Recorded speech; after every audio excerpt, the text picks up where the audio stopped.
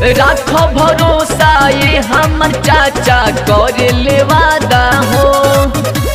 जनता के हरदम सोचस भलाई नेक बा इरादा हो।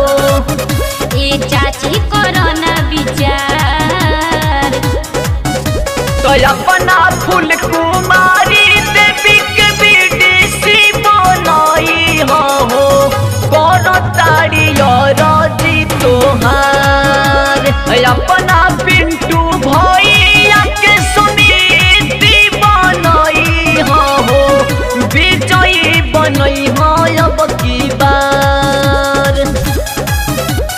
पिंटू भैया जिंदाबाद जिंदाबाद जिंदाबाद, फूल कुमारी देवी जिंदाबाद जिंदाबाद जिंदाबाद, शंकर के जनता जिंदाबाद जिंदाबाद जिंदाबाद।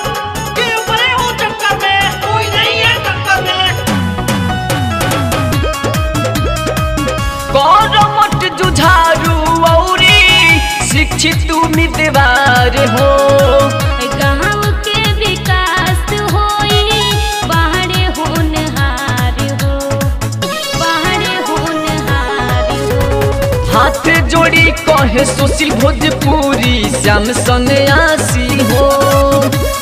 सबका से नीमन बाड़ी प्रत्याशी अब की हाली हो। सभे जन जन के बाटे पुकार